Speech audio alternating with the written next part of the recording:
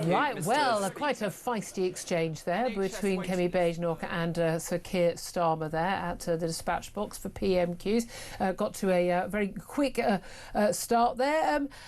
Joining me in the studio, delighted to say, still is Benedict, Spence, Conservative commentator. I've got to be honest with you, I'd love to have the cameras on us in the studio watching that, because your face is just a picture throughout it. But also talk presenter Peter Cardwell.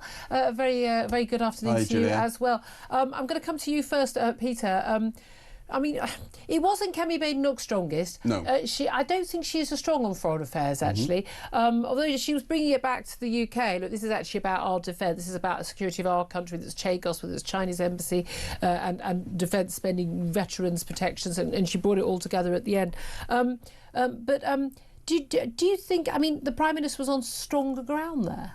Maybe in part of it, although the things he didn't answer, what he didn't say was at least as important as what he did say. She asked him repeatedly about Chagos, for example. She asked him about the Chinese embassy, didn't answer that, didn't answer the 28 billion...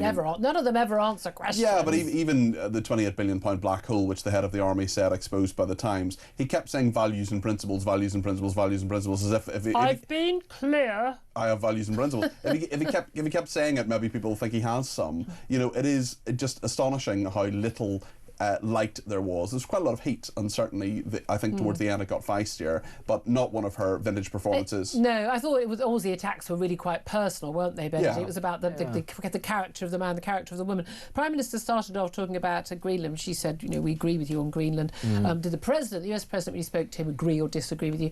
And he said 3 times, we engaged constructively. Oh.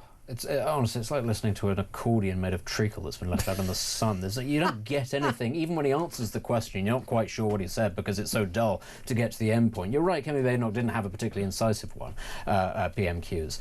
But ultimately, it's the really unimpressive way with which he evades the question. She was asking repeatedly, quite clearly, what is it that he has to say about the Chagos Islands? You know, what are you going to do about that? He's been quite clear. And he wasn't even going full-throated at the start on, oh, well, he only sort of pivots, Donald Trump only pivots based on what suits him, because of course he can't say that, because he still holds out hope that at some point he's going to go back to being the Trump whisperer. So he just ignores the question and seems to pretend that actually that question is irrelevant and that it's only about trying to undermine the government. Nobody's buying that. It was painful. And also, by the way, it was Mark Rutte as the Trump whisperer, the NATO Secretary General. That's only because he calls him Daddy. It's weird. There's no, I can't believe for a nanosecond that Donald Trump and Keir Starmer have anything in common, anything worth saying. Keir Starmer is not I mean, you know, it's not like, oh, behind the scenes he's a great conversationalist. I mean, trust me, you know. But it was just interesting that the Prime Minister kept replying, didn't he, Peter, about, you know, he was saying, you know, Kemi Badenoch was saying about the people of Greenland, you know, well, what about the same for the Czechoslovakians? Yeah, it's a perfectly fair point. Yes. About, we all care about self-determination. You either care about self-determination or you don't, and he's contradicting himself on that. And the Prime Minister got quite tetchy, very unlike Keir Starmer when questioned,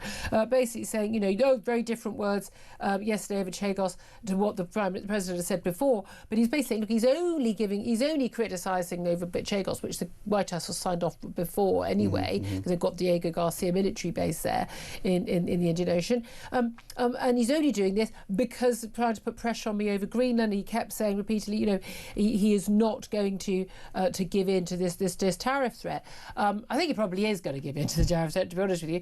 But I mean, he went, I mean, quite a long way. Again, when you're dealing with the man-baby Donald Trump, and I'm sorry, he is being a man-baby about Nobel Peace Prizes and things like that, the Prime Minister, should Trump see those comments, might be a bit unhappy about them. He might not have done himself any good. Yes, I think so. Starmer has certainly been stronger in regard to Trump than he has been recently, and he wasn't mincing his words there, and that is perhaps a sign of strength, but we'll see what happens when it comes to the tariffs. He accused Kemi Badenoch of undermining him. Well, that's her job. Her job is to undermine him, not about the national interest. But he said, well, Trump was talking about Chagos to undermine him, and Kemi Badenoch, you're a terrible person because you leapt on that. I mean, that is her job. Her job is to undermine him. I'm always very wary, actually, when people say there's cross-party consensus on something. I always think, if there's a consensus, it is wrong. Yeah, no one's thought about it, and they're doing it because it'll sound nice. I always always worry. There are always, even when you care about the national interest and you care about defence of our realm and our interests abroad, there's always room for differences in how you go about that, aren't there, Benedict? There are, and I think that the Chagos thing also, I know that Keir Starmer would really like it to just disappear one day, but it's not going to, and it is for such a small, overseas territory. Yeah. It has come taken on, such when it first came into the news, we were all Googling where's the Chagos Islands. Give me a break. I wasn't. I know you weren't. That's why we invited you. But this is the point. It was an unknown thing, and it has become an on-running saga precisely because anybody with a brain and two eyes can look at it. Not even two eyes. People with one eye can see that this is a bad idea. That the whole idea of it being, mandated by international law isn't in fact true, and that they're doing this ultimately because of their own ideological reasons, which is that they think Britain is a bad place and shouldn't have overseas territories. That's ultimately why they're doing this, because they care more about the rules-based international order and the international community, which doesn't give a hoot about them, even if it did. Yeah. And this is the thing. And the fact that it might take a really, a temperamental US president who can change his mind on a dime to actually be the thing that tells the British government, you people are half-wits and you shouldn't be doing that. What does that say about the state of affairs that we currently get ourselves into? This government is done.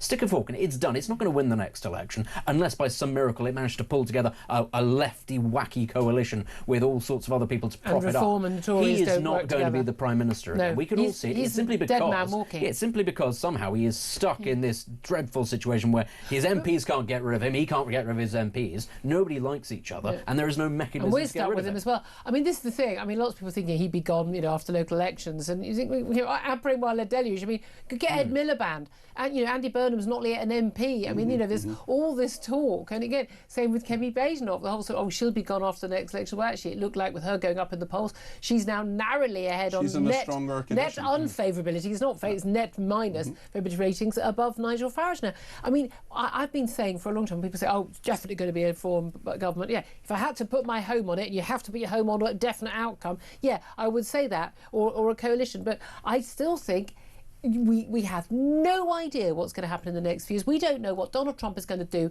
10 minutes' time, for goodness sake. I don't know if he's got off his plane at Davos yet. The man who takes longer getting off a plane than anyone in the world. But I mean, we've no idea what's going to happen next. Well, if you said 6 months ago, well, Greenland is going to be the issue that dominates PMQs and political discourse for weeks, no one would have believed you. We don't know what's around the corner. 3.5 years is a very long period of time. I would be surprised if Keir Starmer is still Prime Minister at that stage, but I also wouldn't be surprised if there's a Labour, Liberal, Democrat coalition after the next election. I think that is the underpriced aspect of this. Good God.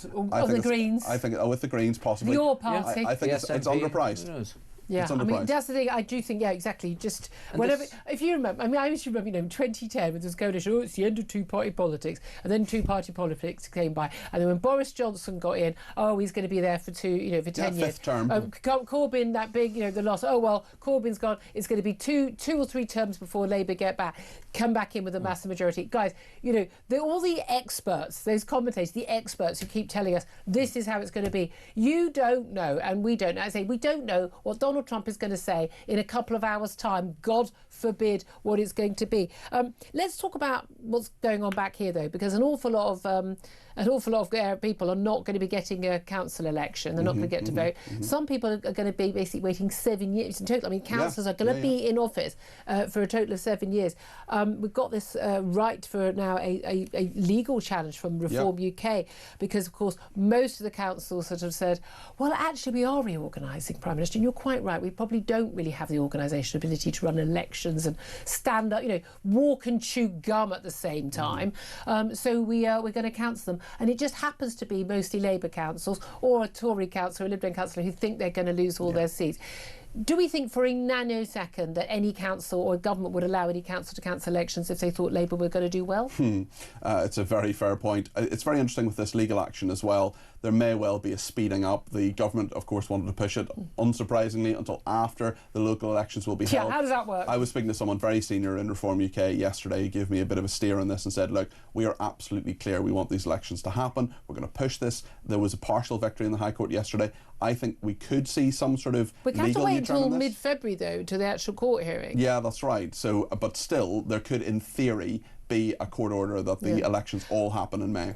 How serious do you think this is, Benedict? We've discussed it briefly on the show already, but I mean, my thing is, like, given that this was done under a law, which basically was for, in wartime, and pandemics. Again, I don't see why, given that Americans could hold an entire presidential election during the middle of COVID in America, why we couldn't hold local elections in our time here. But if they get away with it this time, there is no reason why they could cancel or delay a general election. People think, oh, that's nonsense. I'm sorry, the principle will have been established. Yeah, I think it's not nonsense, but it does make it more likely that inevitably when the election is held, that Labour will lose it more badly than they might otherwise have done. Because I think with the local elections, look, it was likely that Reform were going to do very well in them, still potentially could.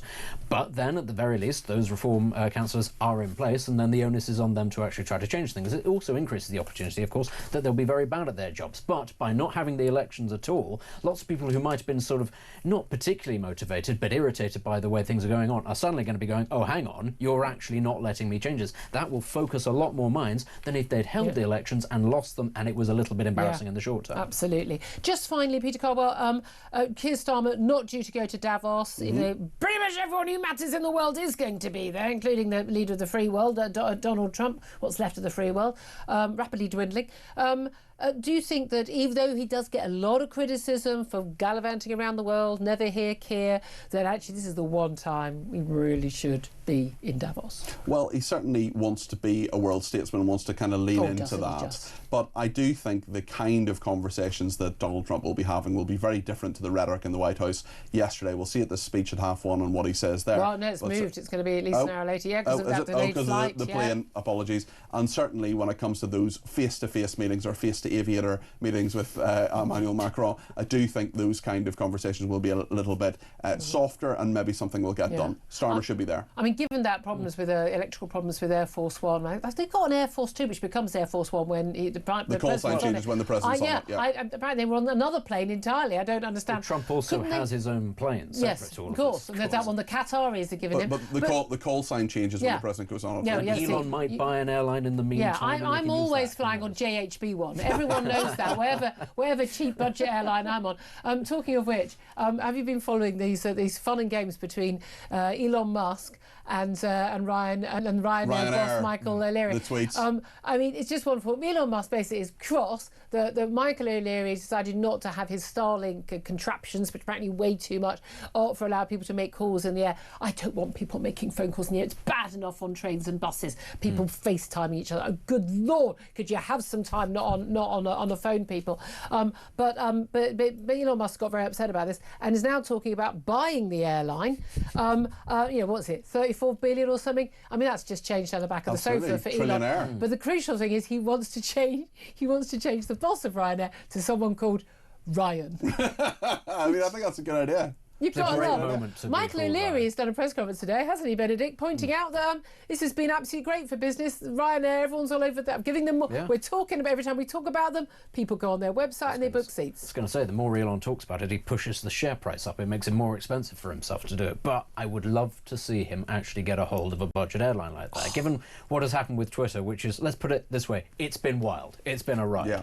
But given that actually, he might not be very good with social media, but do you know one thing he does do quite well, his people do quite well, is aerodynamics and engineering. He's actually quite good at that. I think it could be really exciting. This is true. Can I briefly point out that the first time someone messaged me using Wi-Fi on a plane was Jeremy Kyle on his honeymoon. He was literally on his honeymoon, going to his honeymoon on the plane. And I was like, are you on the plane sitting beside your new wife on your honeymoon messaging me on the plane? He was like, yeah.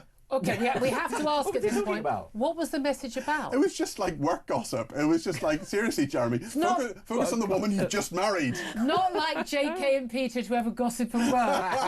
Totally out of character. Our business is information, Julia. Our business is information.